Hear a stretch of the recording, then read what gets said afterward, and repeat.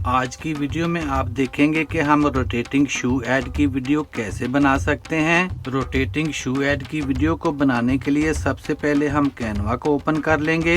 अगर आपके पास Canva pro subscription नहीं है तो डोंट वरी, आप 1 मंथ के लिए कैनवा प्रो फ्री भी यूज कर सकते हैं। यहाँ कैनवा में एक न्यू प्रोजेक्ट ओपन कर लेना है। मैं इंस्टाग्राम पोस्ट सिलेक्ट कर रहा हूँ। अब लेफ्ट साइड में टेक्स्ट पर क्लिक करेंगे, फिर ऐड अ हेडिंग पर क्लिक करके एक टेक्स्ट बॉक्स ऐड कर लेना है। अब आप यहाँ पर अपना कोई टेक्स्ट टाइप कर सकते हैं या अपनी कंपनी का नाम टाइप कर सकते हैं। मैं यहाँ इस बॉक्स में न्यू कलेक्शन टाइप कर लूंगा। ऊपर फॉन्ट पर क्लिक करके मैं इसका फॉन्ट चेंज कर लूंगा और इसको मैं यहाँ से लिलिटा 1 फॉन्ट दे दूंगा। अब हमने इस टेक्स्ट को यहाँ से सिलेक्ट करना है और इसको यहाँ से कॉपी कर लेंगे और अपने कीपैड से कमांड V को दबाकर इस टेक्स्ट के साथ पेस्ट कर लेंगे। अब हमने इस टेक्स्ट को यहाँ सेवरल टाइम्स पेस्ट कर लेना है। अब ऊपर इफेक्ट्स पर क्लिक करेंगे और यहाँ से मैं इसको कर्व वाला इफेक्ट दे दूंगा। यहाँ से कर्व को इंक्रीज करके इस टेक्स्ट को राउंड सर्कल शेप में बना लेंगे और फिर इसको यहाँ पर सेट कर लेना है। अब मैं इस टेक्स्ट पर टैप करके इसकी एक डुप्लीकेट बना लूंगा और इसकी कर्व को रिड्यूस करके इसको अपसाइड डाउन कर लेना है और इसके साइज को अच्छी तरह से एडजस्ट करके इसको यहाँ पर प्लेस कर देंगे। अब हमने फिर ऊपर इफेक्ट्स पर क्लिक करना है और अब मैं यहाँ से इसको बैकग्राउंड इफेक्ट दे दूंगा और यहाँ से मैं इसकी राउंडनेस को रिड्यूस करके 5 कर दूंगा और इसकी स्प्रेड वैल्यू को भी रिड्यूस करके 5 पर कर लेना है।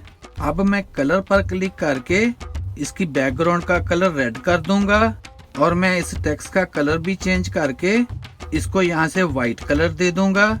अब पोजीशन पर क्लिक करके यहाँ लेयर से इस सेकंड टेक्स्ट को सिलेक्ट कर लेना है। आप फिर ऊपर इफेक्ट्स पर क्लिक करेंगे और यहाँ से इसको भी बैकग्राउंड वाला इफेक्ट दे देना है। फिर यहाँ कलर पर क्लिक करके मैं इस बैकग्राउंड का कलर ब्लैक कर दूंगा और इस टेक्स्ट का भी कलर चेंज करके इसको भी यहाँ से व्हाइट कलर दे देना है और इसकी राउंडनेस को रिड्यूस करके 5 पर कर लेना है और इसकी स्प्रेड वैल्यू को भी रिड्यूस करके 5 पर कर लेंगे।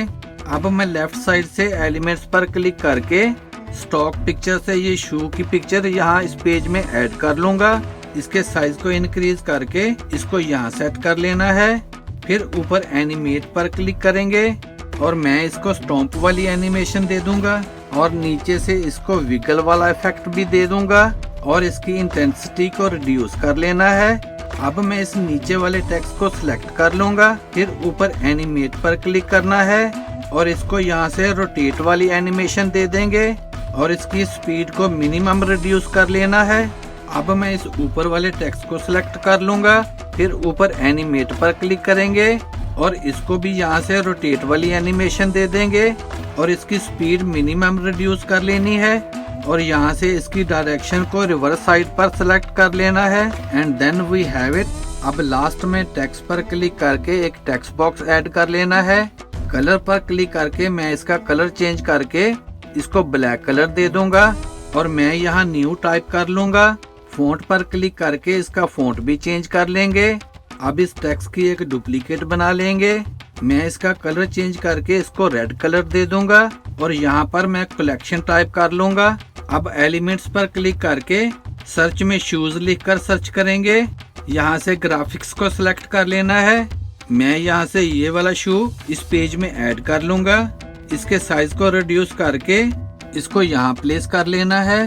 फिर मैं एलिमेंट से एक और शू यहाँ पर ऐड कर लूंगा और इसके साइज को भी रिड्यूस करके इसको यहाँ पर सेट कर दूंगा।